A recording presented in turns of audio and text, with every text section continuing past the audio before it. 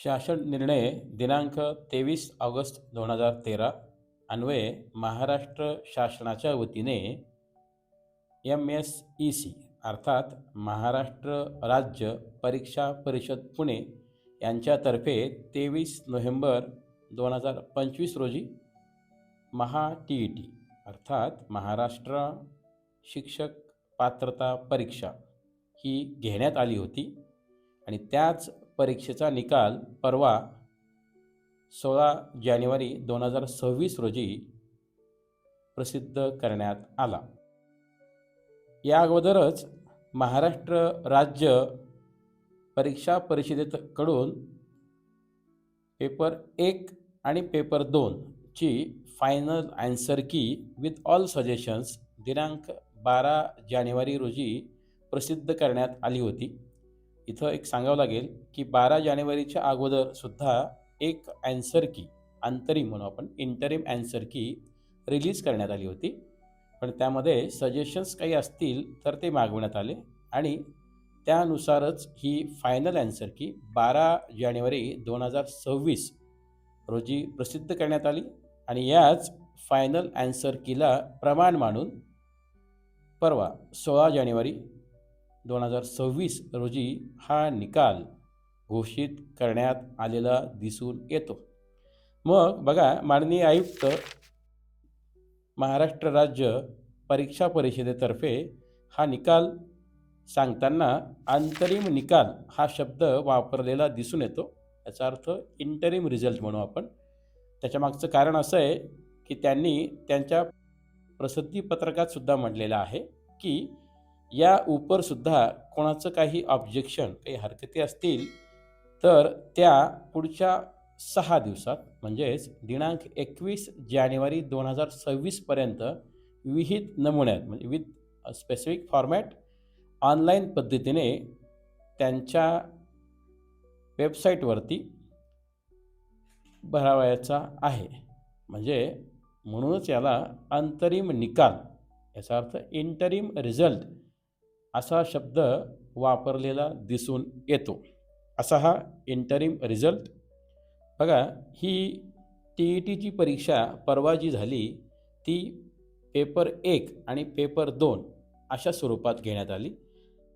मग ही परीक्षा पेपर 1 हा पेपर इयत्ता 1ली ते 5वी या क्षेत्रामध्ये शिक्षक होऊ इच्छिणाऱ्या विद्यार्थ्यांसाठी म्हणजे शिक्षण सेवकांसाठी किंवा सध्या पदावर असणाऱ्या शिक्षकांसाठी लागू होते। तर पेपर 2 ही परीक्षा इयत्ता 6वी ते इयत्ता 8वी या क्षेत्रामध्ये येऊ इच्छिणाऱ्या भावी शिक्षकांसाठी किंवा मग सध्या पदावर असणाऱ्या शिक्षकांसाठी ही परीक्षा घेण्यात आली होती। या परवाच्या परीक्षेमध्ये पेपर 1 साठी जवळपास महाराष्ट्रातून 2,03,000 इतके विद्यार्थी बसलेले होते।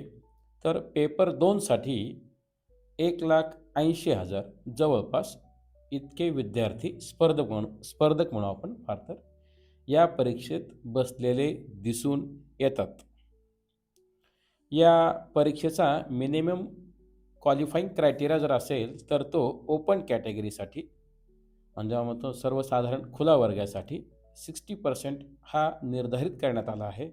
तर रिझर्व कॅटेगरी जसं SC, ST, OBC वा मग परवाचंच SCBC socially and educationally backward class तो यांच्यासाठी सुद्धा ती लिमिट ही 55% याचा अर्थ 55% इतकी निर्धारित करण्यात आलेली आहे। अशी ही TETची परीक्षा। बघा, TETची परीक्षा ही माननीय सर्वोच्च न्यायालयाच्या 1 सप्टेंबर 2025च्या निर्णयाचा विचार करता ही सर्वांना म्हणजे नियुक्तीसाठी पात्र असणाऱ्या शिक्षकांना आणि सध्या पदावर असणाऱ्या शिक्षकांना बंधनकारक करण्यात आली होती। मग तो RT ॲक्ट 2009 अंतर्गत असं माननीय सुप्रीम कोर्ट आणि त्यांचा निर्णय मग यामध्ये ज्यांची सेवा 5 वर्ष शिल्लक आहे त्यांना यातून सूट दिलेली दिसून येते. RT ॲक्ट 2009मध्ये माननीय संसदेने दुरुस्ती करावी ही अपेक्षा आणि विनंती, जेणेकरून देशातील सर्व शिक्षकांना दिलासा मिळेल. तरी त्याबद्दलच्या व्हिडिओची लिंक डिस्क्रिप्शनमध्ये दिली आहे.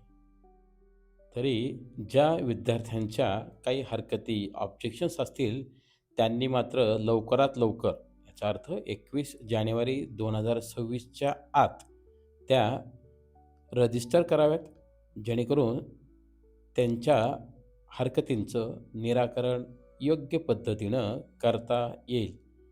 परत एकदा या परीक्षेमध्ये यशस्वी झालेल्या सर्व विद्यार्थ्यांचं मनःपूर्वक अभिनंदन. अशाच पुढील अपडेट जाणून घेण्यासाठी चॅनलला सबस्क्राईब करा. जय हिंद.